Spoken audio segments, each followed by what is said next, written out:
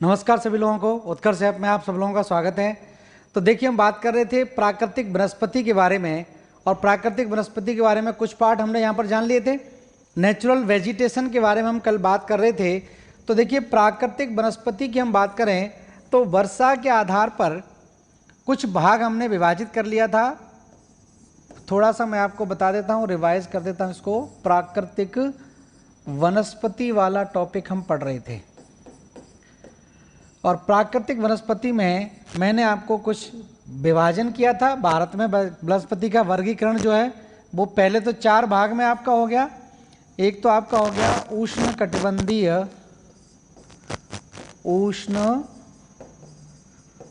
कटिबंधीय सदा हरित वन, इसके बारे में हमने बात कर ली। दूसरा हो गया उष्ण कटिबंधीय आर्द्र पर्णपाती वन,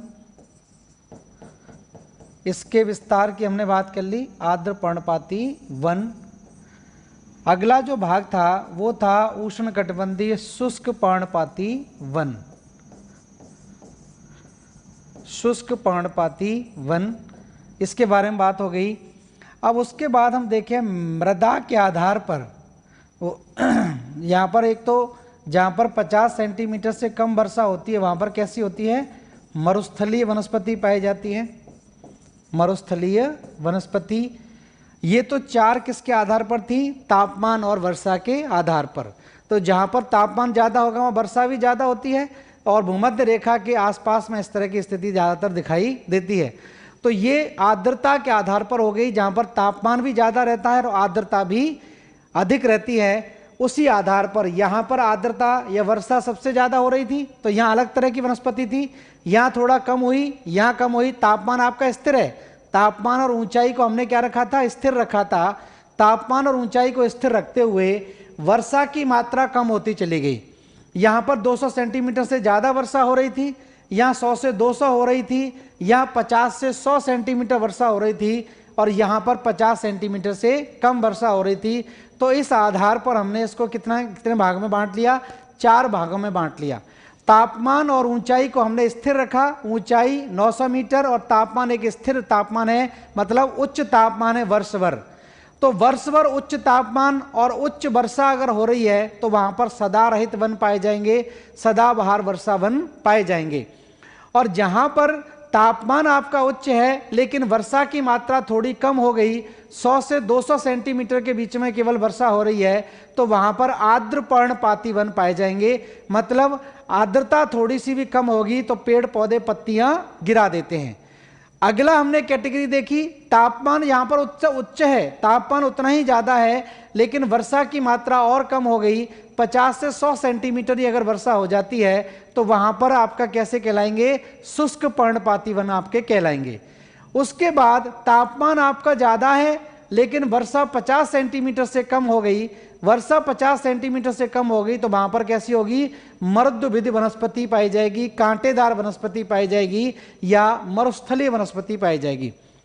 अब अगली कैटेगरी की बात करें जो किसके आधार पर है, वहां पर वर्षा भी ज्यादा हो रही है, तापमान भी ज्यादा हो रहा है, लेकिन मिट्टी कैसी है, दलदलीय मिट्टी है। मिट्टी ऐसी है, मृदा ऐसी है जहां पर समुद्र का जल और आपका नदी का जल दोनों आपस में मिलते हैं। ऐसे क्षेत्रों को हम बोलते हैं क्या, मैंग्रोव वनस्पति। तो मैंग्रोव वनस्पति से भी आपका प्रश्न पूछा जाता है कि मैंग्रोव वनस्पति कहाँ पर पाई जाती है, मैंग्रोव वनस्पति जो है वो किस प्रकार की वनस्पति है। तो अगला हम पार्ट बात करेंगे वो किसकी बात करेंगे, अब इसके आगे हम बात करेंगे मैंग्रोव वनस्पति की। तो मैंग्रोव वनस्पति ध्यान रखना दलदली क्षेत्रों में पाई जाती है। सीधा आपको याद रखना है वह क्षेत्र जहां पर स्वच्छ जल और लवणीय जल, फ्रेश वाटर और आपका सेलाइन वाटर दोनों आपस में जुड़ते हैं। तो ऐसी स्थिति कहां पर बनेगी, नदी डेल्टाओं पर ही बनेगी। तो नदियों के डेल्टा जहां भी पाए जाते हैं वहीं पर मैंग्रोव वनस्पति भी पाई जाएगी, और वो दलदलीय वनस्पति आपकी बन जाती है। तो देखिए यहां से हम शुरुआत करते हैं। तो ये पार्ट है आपका जिसको हम बोलते हैं ज्वारीय वनस्पति।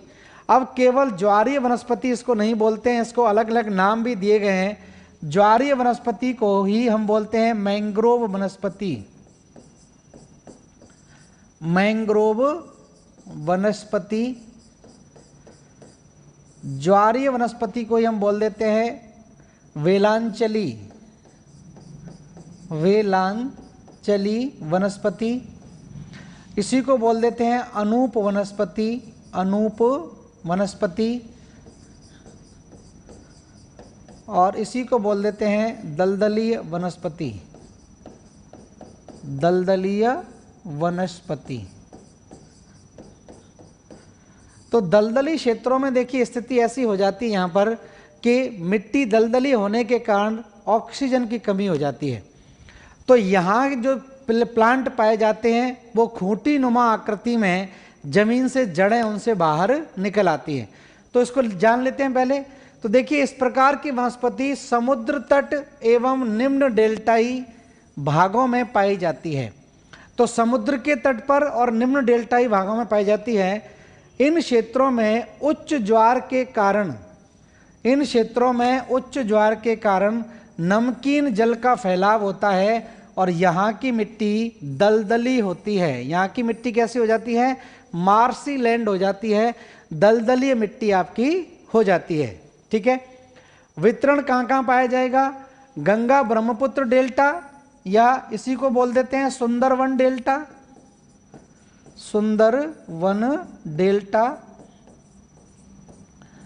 तो गंगा ब्रह्मपुत्र डेल्टा, महानदी कृष्णा गोदावरी, महानदी कृष्णा गोदावरी कावेरी आदि नदियों के डेल्टाई भाग में एवं पूर्वी और पश्चिमी तट पर, तो दोनों तटों पर यह वनस्पति यहाँ पर पाई जाती है।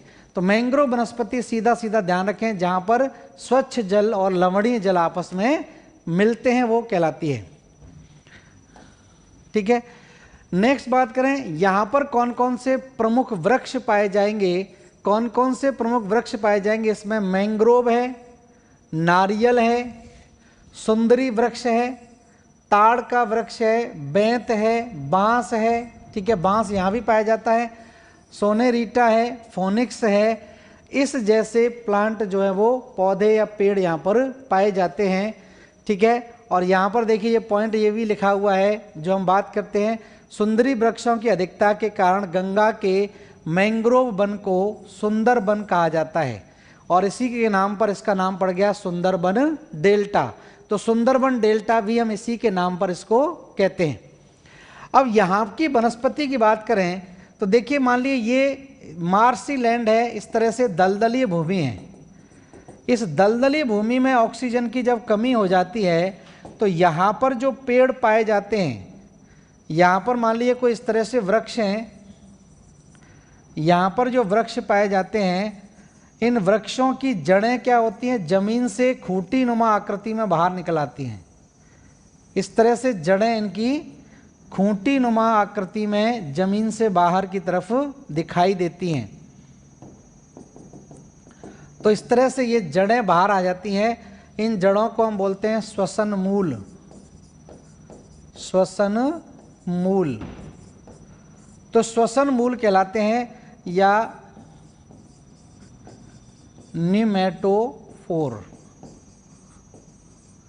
तो निमेटोफोर भी इसको हम बोल देते हैं। ये श्वसन के लिए, क्योंकि दलदली भूमि है, यहाँ पर ऑक्सीजन की मात्रा कम हो जाती है, तो इनसे इन क्षेत्रों में ये जड़ें ऊपर की तरफ निकलाती हैं। तो ये भी मैंग्रोव वनस्पति की सबसे विशेषता है। मैंग्रोव वनस्पति एक विशेषता है जिसमें ये जड़ें निकलाती हैं, श्वसन मूल यहाँ पर इनको कहा जाता है। राइजोफोरा प्लांट जो है, अगर आप देखेंगे गूगल पर सर्च करके तो राइजोफोरा इसको कहा जाता है। राइजोफोरा में इस तरह की जड़ें भारी मात्रा में दिखाई देती हैं इन क्षेत्रों के अंदर। तो श्वसन मूल भी यहाँ पर पाए जाते हैं।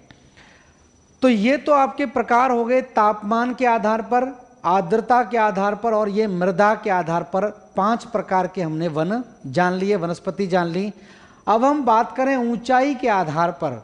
अगर हम ऊंचाई के आधार पर देखें, हमने यहाँ पर क्या किया, हमने अभी तक ऊंचाई और तापमान को स्थिर रखा था। अब जैसे जैसे ऊपर जाएंगे, अब हम यहाँ पर वर्षा को स्थिर रखेंगे। ध्यान दीजिए पॉइंट पे, यहाँ पर अब हम क्या करेंगे, रेनफॉल को, वर्षा की मात्रा को रखेंगे स्थिर, और ऊंचाई पर जाएंगे तो तापमान में क्या होगी, कमी। तो ऊंचाई और ऊंचाई बढ़ती जाएगी और जैसे जैसे ऊपर जाएंगे तापमान में क्या होगी, कमी होती चली जाएगी। तो उस आधार पर हमने और वर्गीकरण किया है। तो ध्यान रखें, भारत में 3 प्रकार के क्षेत्र यहाँ पर दिखाई देते हैं। भारत की हम बात करें तो देखिए, ये मान लीजिए भारत की बात करें तो ये मान लीजिए भारत इस तरह से,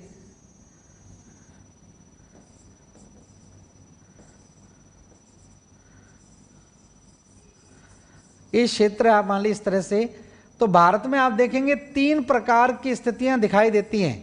अब हम ऊंचाई के आधार पर बात कर रहे हैं, तो ऊंचाई के आधार पर बात करेंगे तो पश्चिमी घाट और पूर्वी घाट में अलग तरह की वनस्पति होगी।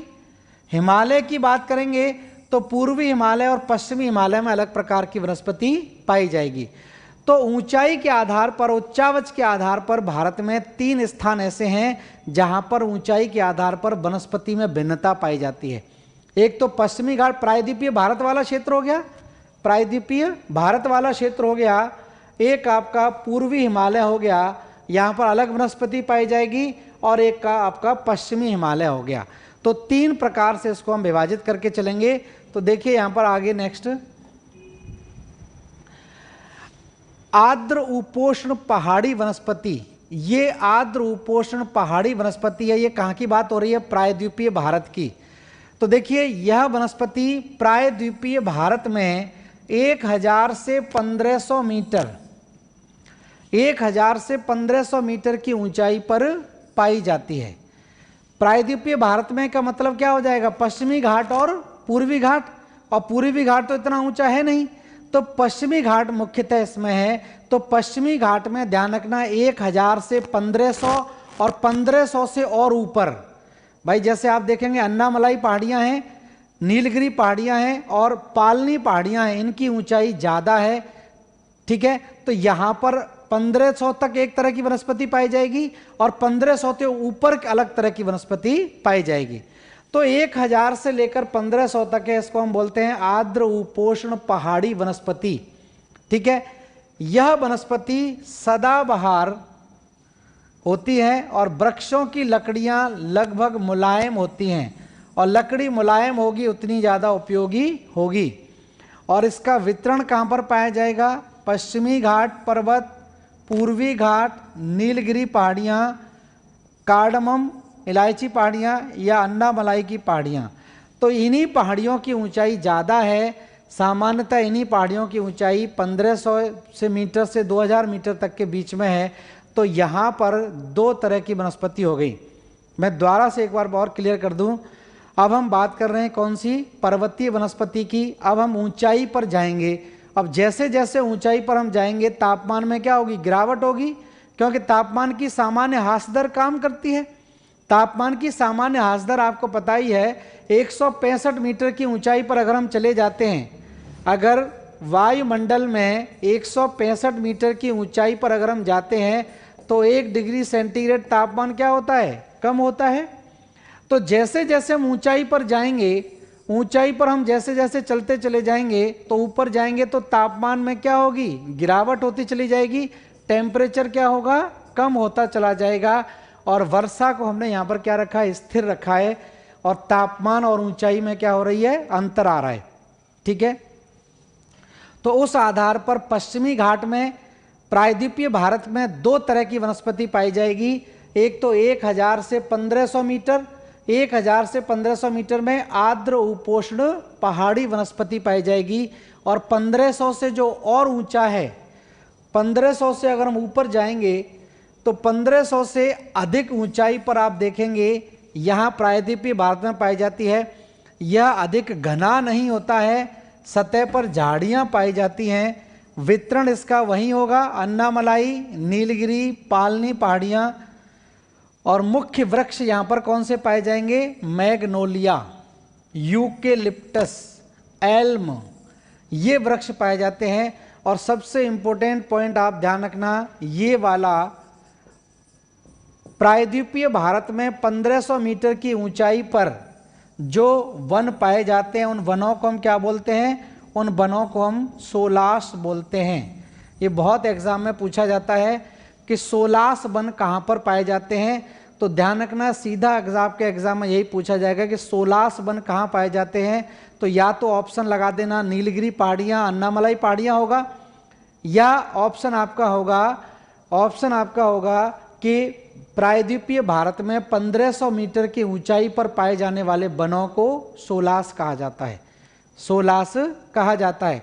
तो दो तरह के वन हो गए प्रायद्वीपीय भारत में, एक तो 1500 मीटर से नीचे और एक 1500 मीटर से ऊपर। तो 1500 मीटर से ऊपर जो वन पाए जाएंगे उनको एक नाम दे दिया गया है, इनको हम क्या बोलते हैं, सोलास वन बोलते हैं। इसमें यूकेलिप्टस, मैग्नोलिया और एल्म नाम के वृक्ष ज़्यादातर पाए जाते हैं, बाकी झाड़ियाँ पाई जाती हैं, बहुत ज़्यादा वृक्ष यहाँ पर नहीं पाए जाते हैं। 1500 से नीचे ज़्यादा वृक्ष पाए जाते हैं क्योंकि वहाँ पर बारिश ज़्यादा होती है, नमी ज़्यादा पाई जाएगी और तापमान भी सामान्य रहेगा। तो ये तो बात हो गई प्रायद्वीपीय भारत की ऊंचाई के आधार पर। अब हिमालय की बात करें तो हिमालय को दो भागों में बांट लेते हैं, एक पूर्वी हिमालय की वनस्पति, दूसरी पश्चिमी हिमालय की वनस्पति। तो पूर्वी हिमालय में मैंने आपको बताया था कि पूर्वी हिमालय में पश्चिमी हिमालय की तुलना में अधिक वर्षा होती है। पूर्वी हिमालय में पश्चिमी हिमालय की तुलना में अधिक वर्षा होती है और वर्षा ज़्यादा होगी तो वहाँ पर जैव विविधता भी ज़्यादा पाई जाएगी। तो ध्यान रखना वनाच्छादन जो है, फॉरेस्ट कवर जो है पूर्वी हिमालय में पश्चिमी हिमालय की तुलना में बहुत अधिक पाया जाता है।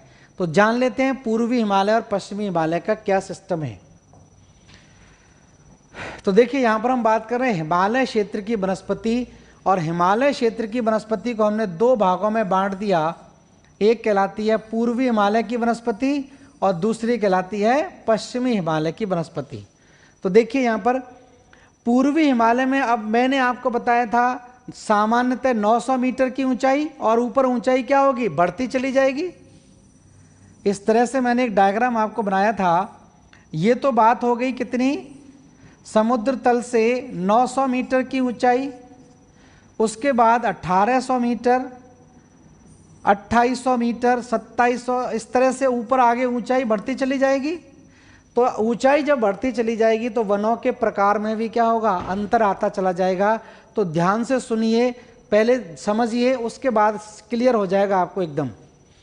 तो देखिए पूर्वी हिमालय की वनस्पति में सबसे पहले उष्णकटिबंधीय आर्द्र पर्णपाती, उष्णकटिबंधीय आर्द्र पर्णपाती वन कहाँ पर पाए जाएंगे, 900 मीटर से नीचे पाए जाएंगे इस क्षेत्र में।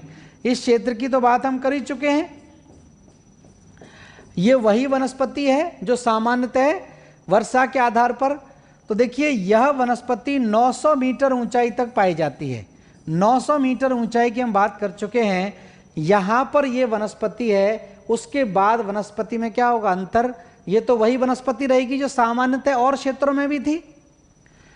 तो 900 मीटर की ऊंचाई तक पाई जाती है। साल वृक्ष, यहाँ पर साल जो है वो साल है, शीशम है, सांगवान है, बांस है, सवई घास है जिससे पेपर बनाया जाता है, पेपर की लुगदी आदि महत्वपूर्ण वनस्पतियां पाई जाती हैं।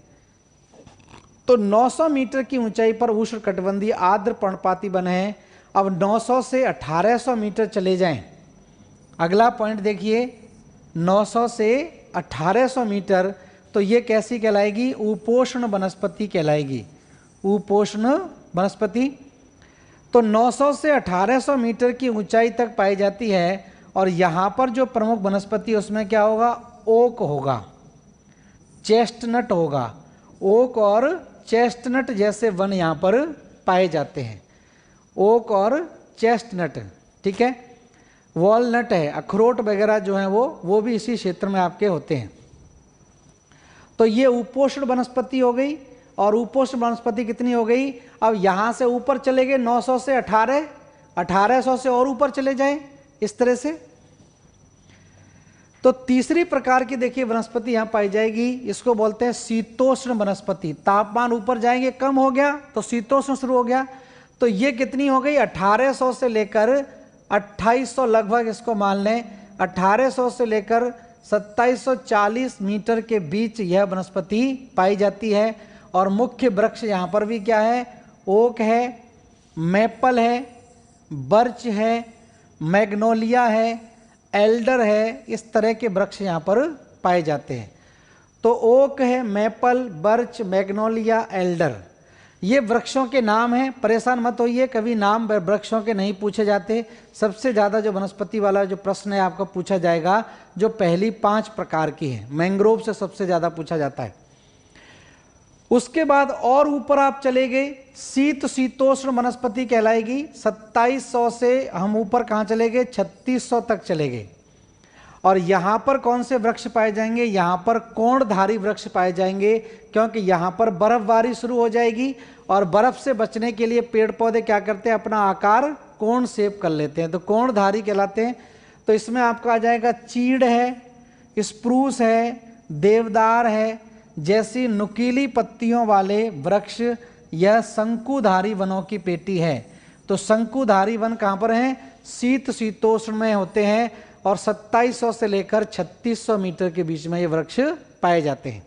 ठीक है, उसके बाद हम बात करें अल्पाइन वनस्पति की। अल्पाइन वनस्पति की तो इसकी ऊंचाई और ज़्यादा है, 3600 से 4800 मीटर है। और यहाँ पर जो वन पाए जाते हैं वो सिल्वर फर और जूनिपर जैसे वृक्ष पाए जाते हैं। सिल्वर फर और जूनिपर, ये क्षेत्र है पूर्वी हिमालय में। और ऊपर चले जाएं तो क्या होगा, टुंड्रा वनस्पति पाई जाएगी। और टुंड्रा वनस्पति में क्या होता है, कोई भी वृक्ष नहीं पाए जाते, कुछ झाड़ियाँ या ये कहें कि कुछ आपके फर्न वगैरह पाए जाते हैं। ठीक है, तो नेक्स्ट हम देखें आगे टुंड्रा वनस्पति। तो टुंड्रा वनस्पति ध्यान रखना, और ऊंचाई इसकी और ज़्यादा चली गई। तो यहाँ पर छोटी झाड़ियाँ, घास, काई और फूल वाले पौधे, ग्रीष्म ऋतु में घास उगने के कारण चारागाह का विकास होता है। तो यहाँ पर सामान्यतः ध्यान रखना लाइकेन तथा फर्न, लाइकेन तथा फर्न जैसे पौधे पाए जाते हैं। बहुत बड़े वृक्ष यहाँ पर नहीं दिखाई देते, क्योंकि ये सालवर इतनी ऊंचाई होगी तो सालवर क्या होगा, बर्फ से ढके रहेंगे। और बर्फ से ढके रहेंगे तो जाहिर सी बात है यहाँ पर वनस्पति विकसित नहीं हो पाती है। तो लाइकेन तथा फर्न, तो ये क्लियर हो गया होगा आपको। ये बात होगी किसकी, पूर्वी हिमालय की। तो पूर्वी हिमालय में 900 मीटर से नीचे तो आर्द्र पर्णपाती वन हो गए, 900 से ऊपर आपका हो गया उपोष्ण वन हो गया, 900 से 1800 के बीच में उपोष्ण हो गया, 1800 से 2700 के बीच में क्या हो गया, शीतोष्ण हो गया, और 2700 से 3600 के बीच में क्या हो गया, शीतोष्ण हो गया। और उसके ऊपर आपका अल्पाइन आ गया या टैगा जिसको बोलते हैं, और उसके ऊपर क्या आ जाएगा, टुंड्रा आ जाएगा। तो इस तरह से थोड़ा सा क्रम भी ध्यान रखें, क्रमबद्ध तरीके से ध्यान रखें। सबसे ऊपर कौन सी वनस्पति पाई जाएगी, इसको बोलेंगे टुंड्रा। टुंड्रा के नीचे टैगा, टैगा वनस्पति पाई जाएगी, या अल्पाइन, अल्पाइन। इसके नीचे कोणधारी, कोणधारी, शंकुधारी। ठीक है, या इसको लिख लें शीतोष्ण, शीतोष्ण। इसके नीचे शीतोष्ण, शीतोष्ण के नीचे उपोष्ण, उपोष्ण, और उपोष्ण के नीचे वही मैदानी भागों वाला क्षेत्र आपका आ जाएगा।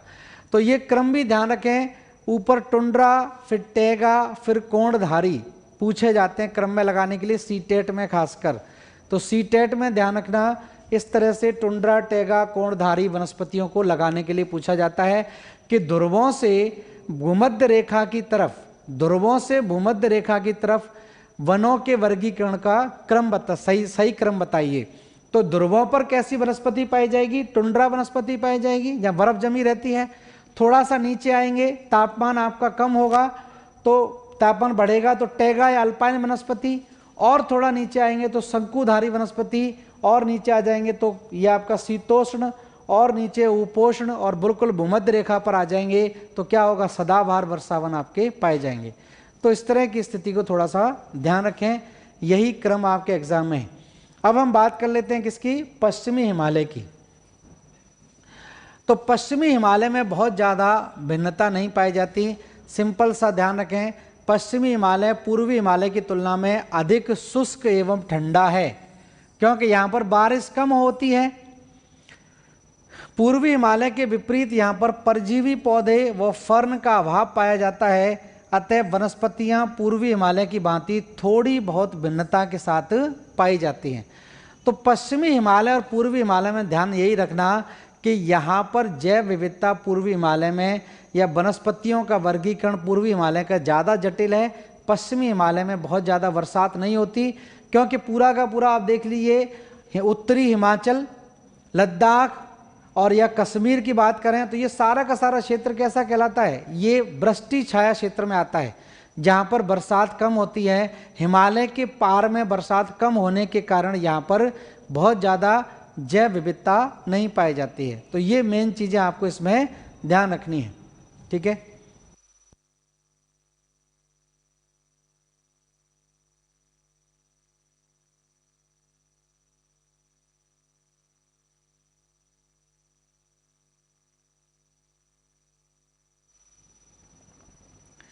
ठीक है, तो मैं दोबारा से देखिए रिपीट कर देता हूँ, इसको दोबारा से समझ लीजिए, इसमें कोई बहुत ज़्यादा दिमाग आपको नहीं लगाना है। देखिए पर्वतीय की बात करें,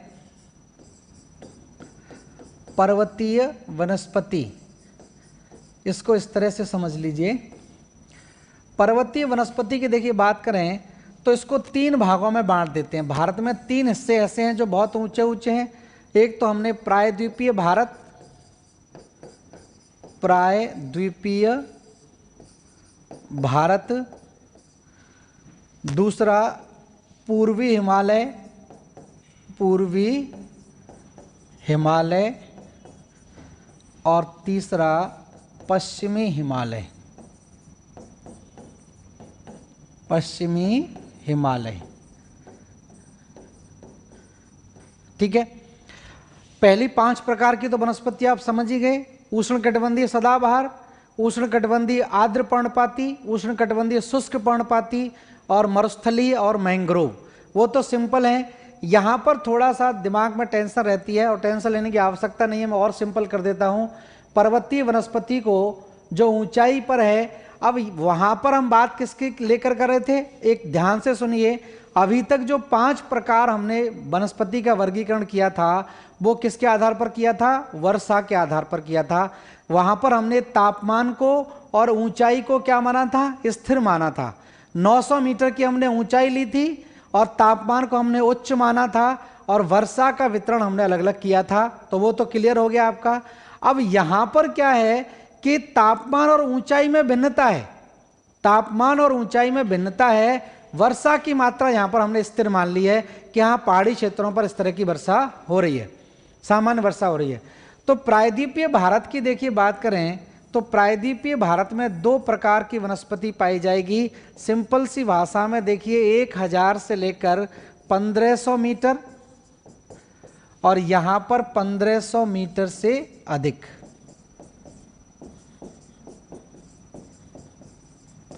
1500 मीटर से अधिक हो जाएगी। तो 1000 से 1500 मीटर पे सदा रहित वनस्पति पाई जा रही है। यहाँ पर सदा रहित वनस्पति कहाँ पाई जाएगी, नीलगिरी पहाड़ियों पर पाई जाएगी, अन्नामलाई पहाड़ियों पर पाई जाएगी, इलायची पहाड़ियों पर पाई जाएगी, पालनी पहाड़ियों पर पाई जाएगी। तो ये वनस्पति यहाँ पर दिखाई देती है, ठीक है, जिसको हम बोलते हैं उपोष्ण। और ऊंचे चले जाएंगे तो यहाँ पर क्या हो जाएगा, शीतोष्ण हो जाएगा। ठीक है, 1500 मीटर से अधिक जो ऊंचाई वाली वनस्पति है, इस वनस्पति को हम क्या बोलते हैं, सोलास बोलते हैं। बस ये याद रखना है। ठीक है, ऊंचाई के आधार पर प्रायद्वीपीय भारत में 2 प्रकार हो गए, एक 1000 से 1500 मीटर और एक 1500 मीटर से अधिक ऊंचाई वाला क्षेत्र।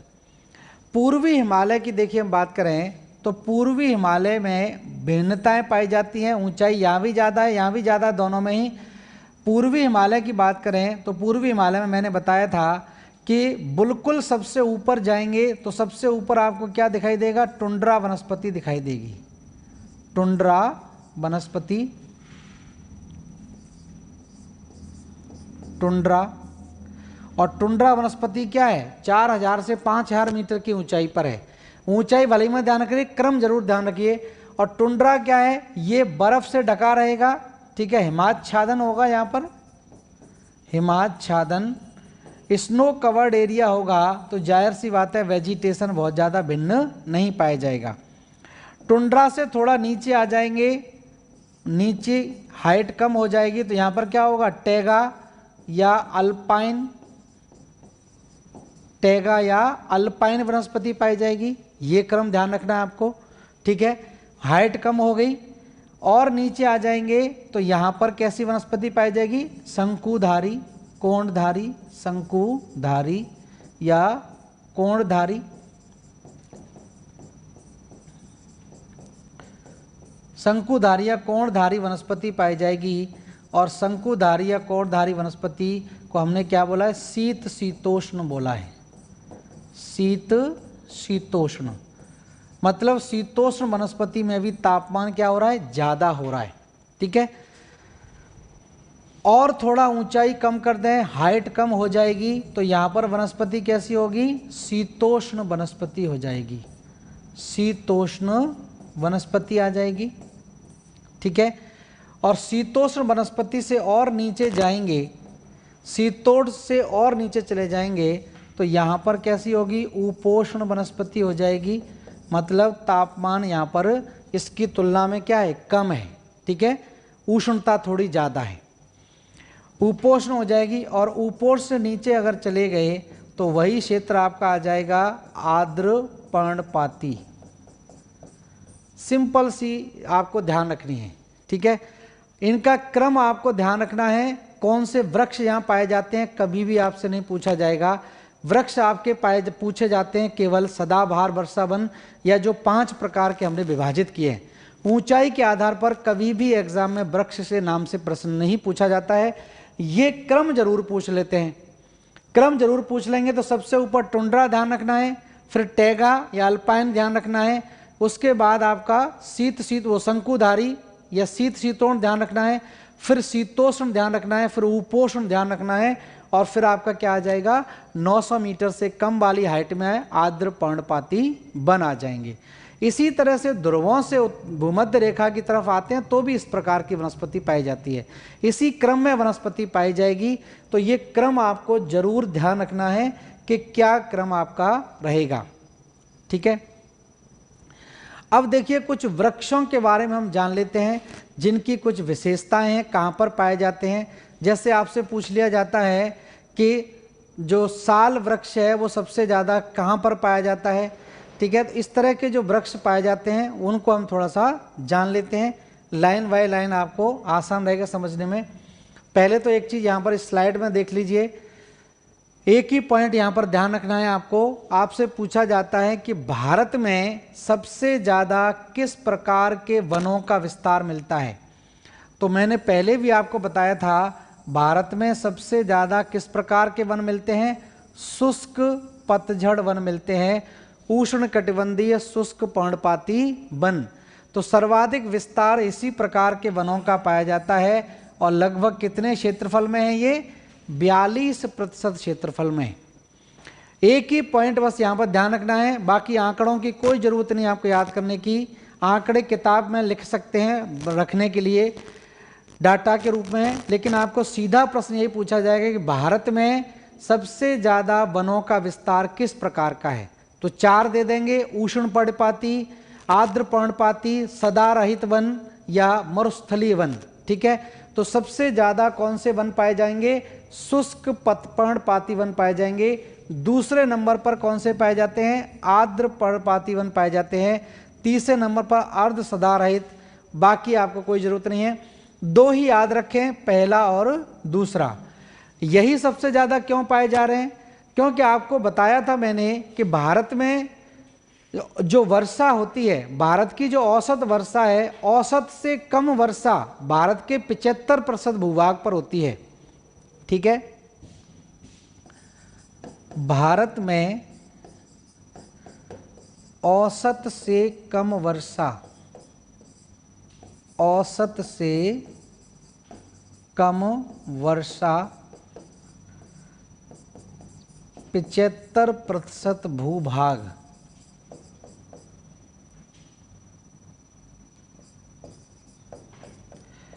तो भारत के 75% भाग पर जब औसत से कम वर्षा होगी तो वहां पर वन कैसे पाए जाएंगे? शुष्क पाए जाएंगे और आर्द्र पाए जाएंगे। तो आप देख लीजिए यही दोनों वन जो हैं वो सबसे ज़्यादा मात्रा में पाए जाते हैं और सबसे ज़्यादा शुष्क पाए जाते हैं। उसके दूसरे नंबर पर आर्द्र पर्णपाती वन पाए जाते हैं। बस ये पॉइंट आपको ध्यान रखना है, ठीक है। आगे चला जाए। अब देखिए कुछ और पॉइंट यहाँ पर जान लेते हैं। वन संसाधन से जुड़े हुए कुछ महत्वपूर्ण तथ्य। तो वन संसाधन से कुछ महत्वपूर्ण तथ्य यहाँ पर जुड़े हुए हैं। जैसे एग्जाम में प्रश्न पूछा जाता है कि सांगवान के वनों का सर्वाधिक क्षेत्रफल किस राज्य में पाया जाता है? तो सांगवान के वनों का सर्वाधिक क्षेत्रफल कहाँ पर पाया जाता है? मध्य प्रदेश में पाया जाता है। सांगवान के वनों का सर्वाधिक क्षेत्रफल मध्य प्रदेश में पाया जाता है। एक और महत्वपूर्ण वृक्ष है साल, नाम सुना होगा, साल या सखुआ।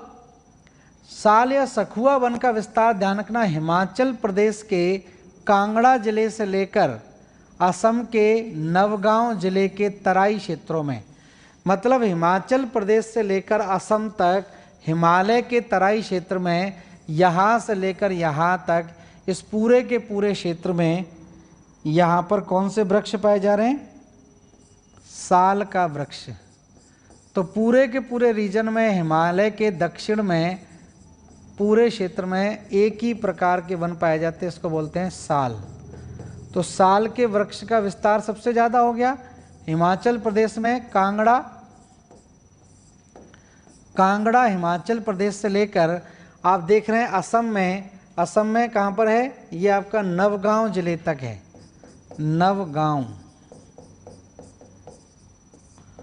नवगांव असम, एक ही प्रकार की वनस्पति पाई जाती है और यह है साल वृक्ष, ठीक है। तो सांगवान सबसे ज़्यादा कहाँ पर है? मध्य प्रदेश में, और साल जो है वो पूरे क्षेत्र में पाया जाता है। इसके अलावा आप देखेंगे उत्तर प्रदेश में भी मिल जाते हैं, बिहार में भी है, झारखंड में भी है, मध्य प्रदेश में भी है, उत्तरी तमिलनाडु में भी है, उड़ीसा में, ये जरूरी नहीं, ध्यान रखना, ठीक है। तो इस तरह से है। अब सखुआ या साल की लकड़ी कठोर एवं टिकाऊ होती है। इसका प्रयोग इमारती लकड़ी में किया जाता है। तो इसको उगाया ही इसलिए जाता है कि इससे इमारती लकड़ी या घरों को बनाने में, फर्नीचर बनाने में इसका उपयोग करते हैं। तो ध्यान रखना साल का विस्तार हिमाचल प्रदेश से लेकर असम तक पाया जाता है, और जो सांगवान है इसका सबसे ज़्यादा विस्तार कहाँ पर है? मध्य प्रदेश में। ये पॉइंट ध्यान रखें, पूछा गया है एग्जाम के अंदर, ठीक है। कुछ और वृक्षों की विशेषता जान लेते हैं। शीशम आप सबने सुना होगा। शीशम के वन उत्तर प्रदेश, बिहार, तमिलनाडु तथा मध्य प्रदेश एवं बंगाल में पाए जाते हैं। शीशम की लकड़ी भी आप देखेंगे कैसी होती है? कठोर होती है, और इसका उपयोग इमारती लकड़ी एवं फर्नीचर के कार्यों में किया जाता है। तो शीशम जो है ये भी एक महत्वपूर्ण आपका वृक्ष है जिससे लकड़ी प्राप्त की जाती है, आर्थिक दृष्टि से महत्वपूर्ण वृक्ष है, ठीक है। अगला हम बात करें चंदन का वृक्ष। ये पूछा जाता है कि चंदन के सर्वाधिक वृक्ष कहाँ पर हैं? तो चंदन के सर्वाधिक वृक्ष कहाँ पर हैं? कर्नाटक में पाए जाते हैं और तमिलनाडु में। तो कर्नाटक और तमिलनाडु में सर्वाधिक मात्रा में चंदन के वृक्ष पाए जाते हैं, और चंदन की लकड़ी कठोर भी होती है और सुगंधित भी होती है। तो कठोर और सुगंधित लकड़ी होती है, इसी वजह से इसका आर्थिक महत्व बहुत ज़्यादा है। तो आर्थिक महत्व ज़्यादा होगा तो इसके इसलिए प्रश्न भी पूछ लेते हैं कि चंदन के वृक्ष सर्वाधिक किस राज्य में पाए जाते हैं? तो ध्यान रखना कर्नाटक में। सहतूत के वृक्ष कहाँ पाए जाते हैं? तो ये भी कर्नाटक के अंदर ही पाए जाते हैं, सहतूत। इसलिए, और सहतूत का जो पेड़ होता है उसकी पत्तियों को कौन खाता है? पत्तियों को खाता है इसके सिल्क बॉर्म। जो रेशम का कीड़ा होता है वो शहतूत की पत्तियों पर ही जिंदा रहता है। तो ये भी प्रश्न बन जाता है कि रेशम का उत्पादन सबसे ज़्यादा किस राज्य में होता है, तो रेशम उत्पादन करने वाला राज्य जो है वो कर्नाटक है। ठीक है। देवदार के वृक्ष देखिए, अगला वृक्ष देखिए देवदार। देवदार के वृक्ष हिमालयी क्षेत्रों में 1700 मीटर से 2500 मीटर की ऊंचाई पर पाए जाते हैं। इसकी लकड़ी कठोर, सुगंधित और टिकाऊ होती है। इसका प्रयोग रेलवे स्लीपर बनाने में, रेलवे में अब तो आपने देखा होगा सीमेंट के स्लीपर का निर्माण किया जाता है, लेकिन पहले अंग्रेजों ने जब रेलवे का विस्तार भारत में किया था तो इसी लकड़ी का सबसे ज़्यादा उपयोग किया था। इसीलिए देवदार के वृक्षों को लगाया गया था भारी मात्रा में। हिमाचल प्रदेश या उत्तराखंड में देवदार के वृक्ष ज़्यादा मात्रा में नहीं पाए जाते थे, लेकिन अंग्रेजों ने देखा कि रेलवे के स्लीपर में विस्तार इसका उपयोग होता है, तो सबसे ज़्यादा देवदार के वृक्षों का जो विस्तार है इधर हिमाचल प्रदेश वगैरह में किया गया इसी की वजह से। ठीक है। तो रेलवे के स्लीपर में इसका उपयोग यातायात में होता है और इसकी लकड़ी से तेल भी निकाला जाता है, तेल भी इससे निकालते हैं।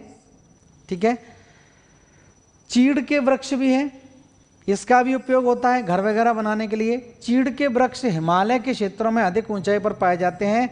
इसकी लकड़ी हल्की होती है, तो हल्की लकड़ी वाला होता है चीड़ का वृक्ष। ठीक है। अब कुछ महत्वपूर्ण और चीज जान लेते हैं, जैसे शहतूत के सर्वाधिक वन कर्नाटक में है। मैं भी बात कर रहा था शहतूत की। शहतूत के सर्वाधिक वन कहां पर हैं? कर्नाटक में है।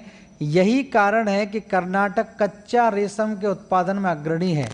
तो रेशम के उत्पादन में शहतूत जो है वो उपयोग किया जाता है। रेशम के कीड़े को पालने के लिए शहतूत की पत्तियों का हम उपयोग करते हैं। इसी वजह से कर्नाटक जो है इसमें अग्रणी राज्य है। ठीक है। तो यहाँ पे लिखा भी है शहतूत के वृक्ष पर रेशम कीट का पालन होता है। अब बात करें, एक और आपने सुना होगा लाख या लाख बोलते हैं इसको, इसका भी उपयोग होता है कई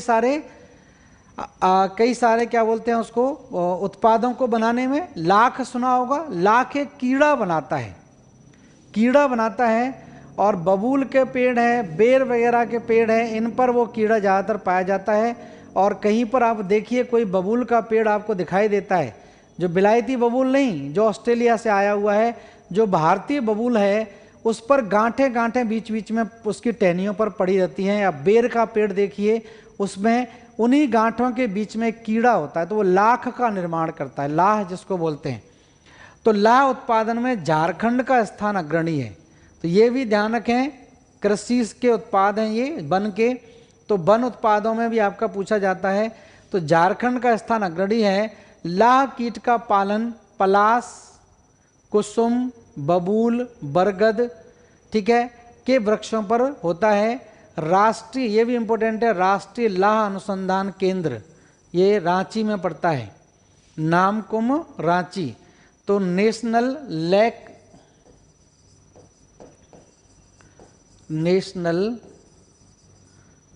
LAC लैक रिसर्च इंस्टीट्यूट,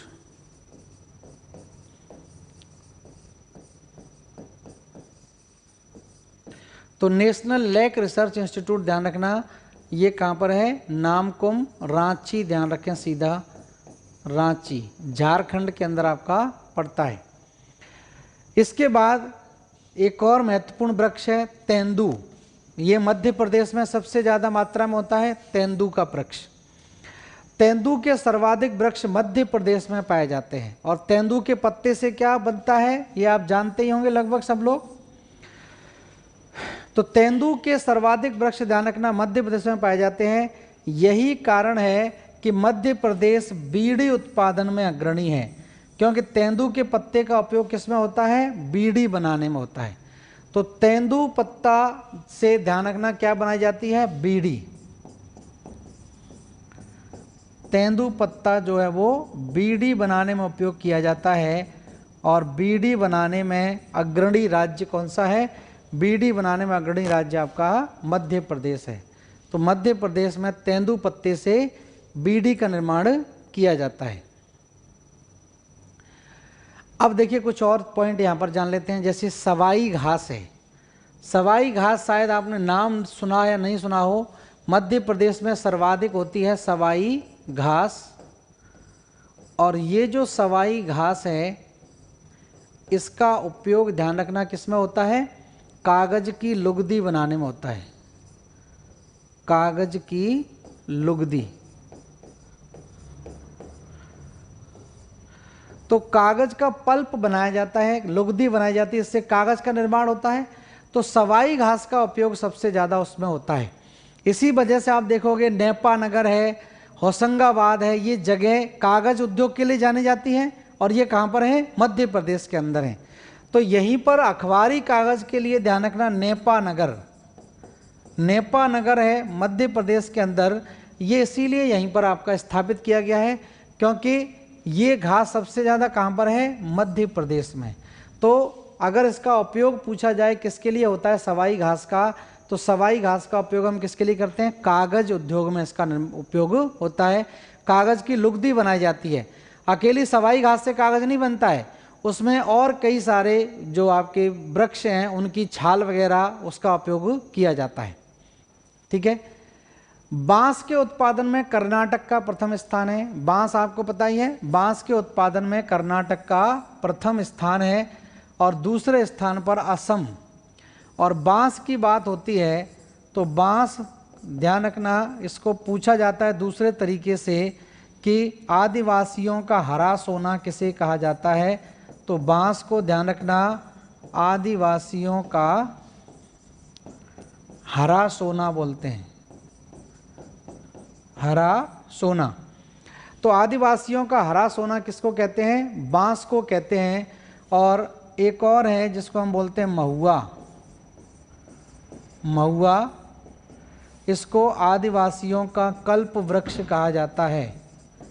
महुआ को क्या बोलते हैं, आदिवासियों का कल्प वृक्ष, आदिवासियों का कल्प वृक्ष।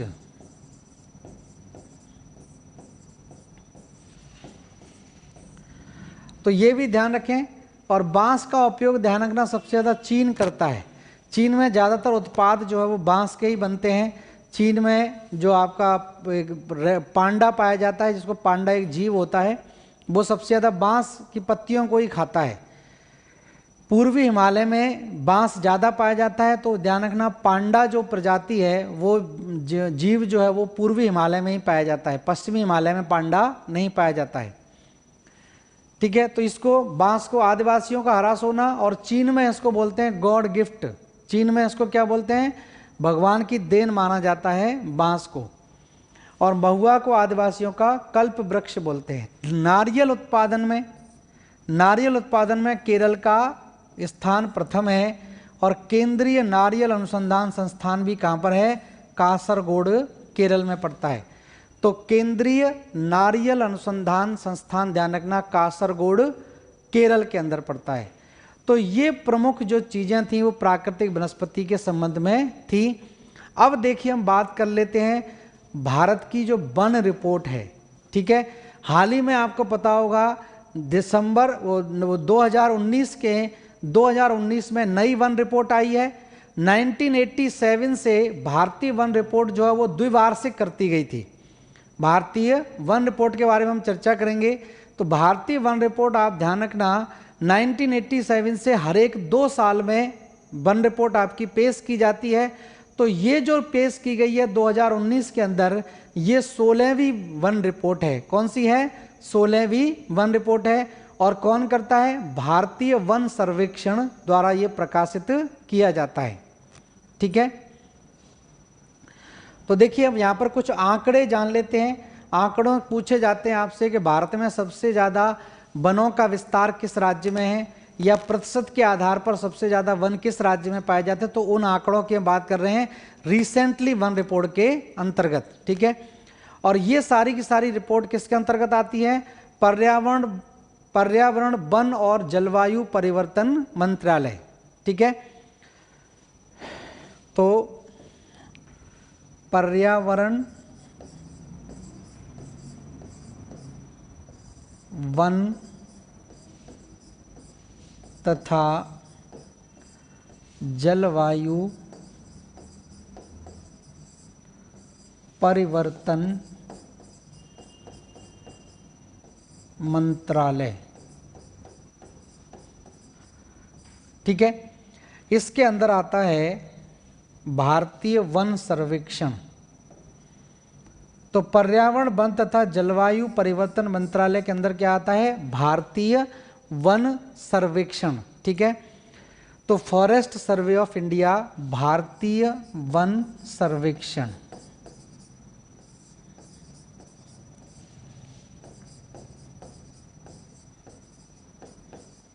भारतीय वन सर्वेक्षण आता है फॉरेस्ट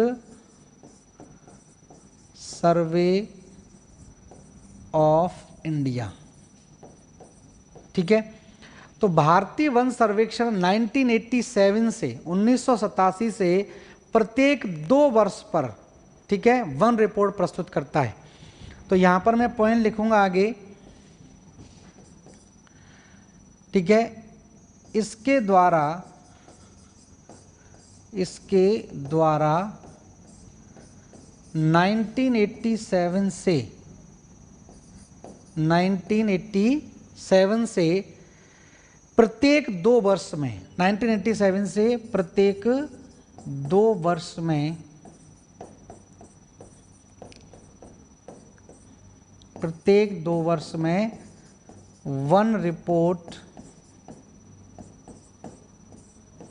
प्रस्तुत की जाती है। वन रिपोर्ट प्रस्तुत की जाती है। तो प्रत्येक 2 वर्ष में वन रिपोर्ट प्रस्तुत की जाती है। और यहाँ पर जो भारतीय वन सर्वेक्षण की जो रिपोर्ट है, रिपोर्ट 2019, ठीक है, 16वीं रिपोर्ट है अब तक की, 16वीं। तो अभी पूछा जाए कि 2019 की रिपोर्ट कौन सी है, तो 16वीं सर्वेक्षण रिपोर्ट है ये, 16वीं रिपोर्ट है ये। ठीक है, तो 16वीं रिपोर्ट के आधार पर इसको विभाजित किया गया है। तो इसमें इंडियन स्टेट फॉरेस्ट रिपोर्ट बोलते हैं इसको, इंडियन स्टेट फॉरेस्ट रिपोर्ट।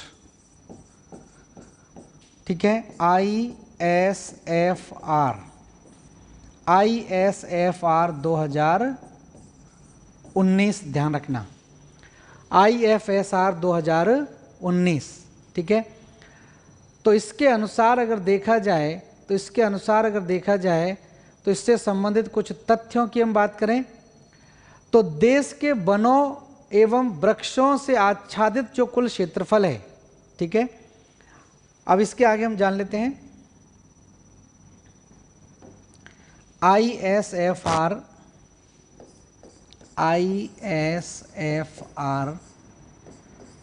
2019 से संबंधित तथ्य।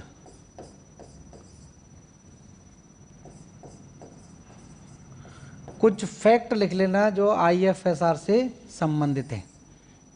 ठीक है, तो पहला पॉइंट यहां पर सीधा सीधा आपसे पूछा जाएगा कि देश में कुल वनों एवं वृक्षों का क्षेत्रफल कितना है। तो ध्यान रखना, लगभग 1/4 आप मान के चलिए, इसमें 8,00,000 आपका 7,276 वर्ग किलोमीटर इन्होंने बताया है। ठीक है, तो देश में, पहला पॉइंट लिखें, देश में कुल वनों तथा वृक्षों से आच्छादित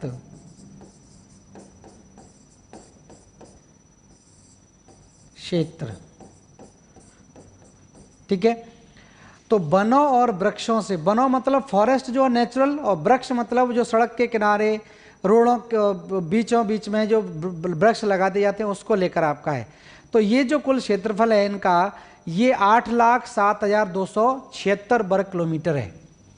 8,07,276 वर्ग किलोमीटर है। ठीक है, हालांकि आंकड़े नहीं पूछे जाएंगे लेकिन परसेंटेज जरूर पूछा जाएगा।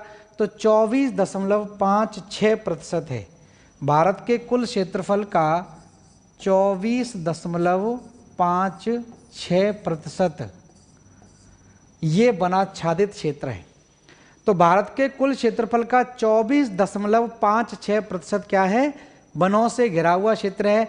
जबकि होना कितना चाहिए, 33% होना चाहिए। तो आप जानते ही हैं किसी भी देश के कुल क्षेत्रफल का 33% किससे घिरा होना चाहिए, वनों से घिरा हुआ होना चाहिए। ठीक है, और कुल भौगोलिक क्षेत्रफल का वनावरण क्षेत्र अगर देखा जाए, वनावरण मतलब वृक्षों को हटा दिया जाए, केवल वनों को लिया जाए, घने जंगलों को लिया जाए, तो कुल भौगोलिक क्षेत्रफल का वनावरण क्षेत्र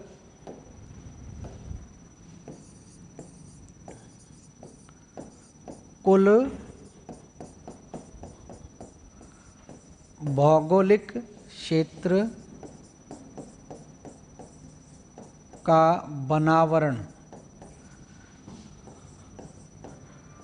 वनावरण क्षेत्र, ठीक है, जो फॉरेस्ट से कवर है, केवल वनों से ढका हुआ है, वृक्षों को हटा देते हैं, सड़कों के किनारे पर जो वृक्ष लगा देते हैं उनको हटा दिए जाए, तो ये 7,12,249 है।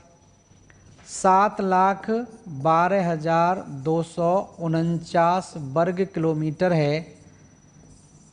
ठीक है, जो कुल क्षेत्रफल का मात्र कितना रह गया, 21% रह गया, 21.67।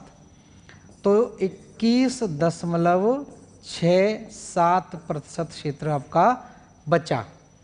तो 21.67 क्या है, केवल फॉरेस्ट कवर है।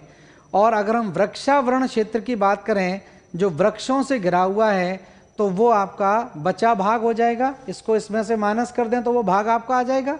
ठीक है, तो इस तरह से ध्यान रखें। तो मैं यहां पर लिख देता हूं तीसरा पॉइंट, कुल भौगोलिक क्षेत्रफल का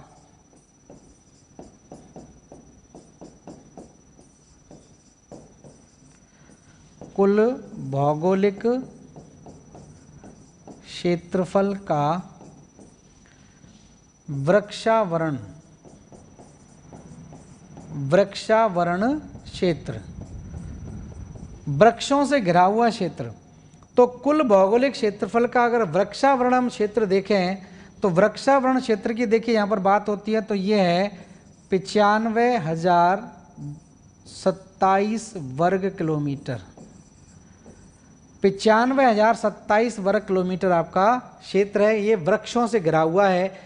और ये 95,027 वर्ग किलोमीटर वाला क्षेत्र है, ये कुल कितना आ जाएगा, 2.89%।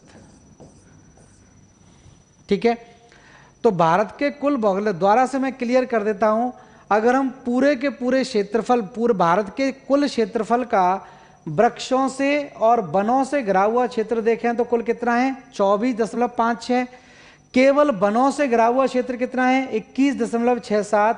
और केवल वृक्षों से घिरा हुआ क्षेत्र कितना है, 2.89% है, 2.89%। अब इतना सारा याद करने के बावजूद भी आपसे पूछा जाएगा कि भारत में कितना भाग जो है वो कितना क्षेत्रफल में वृद्धि हुई है। तो हर एक 2 साल में रिपोर्ट आ रही है, तो 2 साल के अंदर कितने क्षेत्रफल वनों में वृद्धि हुई है, तो वृद्धि हुई है मात्र 0.56%। तो वनाच्छादित क्षेत्रफल में वृद्धि जो है वो केवल 0.56% है। ठीक है, तो यहां पर मैं अगला पॉइंट लिख देता हूं, वनाच्छादित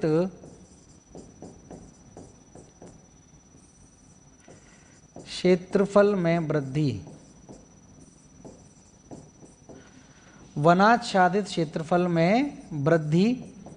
और वनाच्छादित क्षेत्रफल में अगर वृद्धि की हम बात करते हैं तो ये वृद्धि आपकी हुई है मात्र 3,976 वर्ग किलोमीटर, जो केवल कितनी है, 0.56% है। 0.56% वनों में वृद्धि हुई है 2 साल के अंदर। कुछ आंकड़े और हैं, कल जरूर लिखवाए जाएंगे। आज समय कंप्लीट हो गया है, तो जुड़ने के लिए सभी लोगों का धन्यवाद। नमस्कार सभी लोगों को। कल मैं पूरे आंकड़े यहाँ पर और आगे लिखवाऊंगा। Thank you.